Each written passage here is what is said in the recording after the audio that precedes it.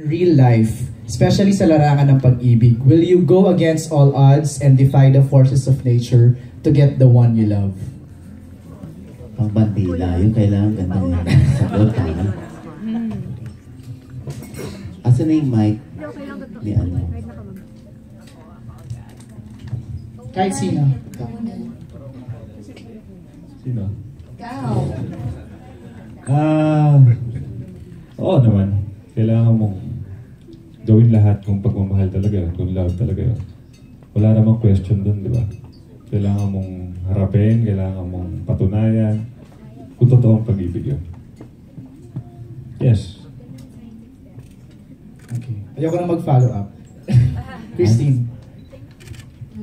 Yes. And then, I'll go for it. Belle. Of course, I think love is what brings meaning and happiness in our lives. And lahat naman tayo ipapaglaban ng love.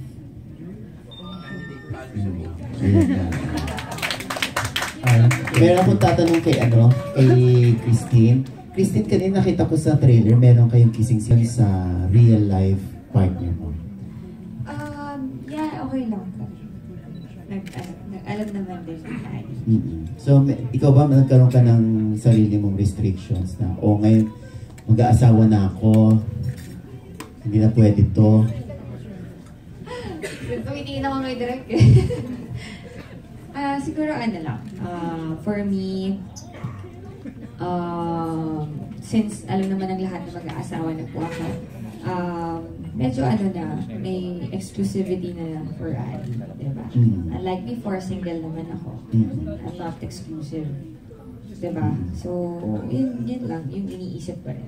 So, sa mga eksena, meron ka bang binawas, binagdag, dahil ikaw meron po ako dinagdag, yung makeup artist ko, si Beauty. Kapag meron akong mga eksena na hindi ko magawa, siya yung gumagawa. Alam po ni Direk yan.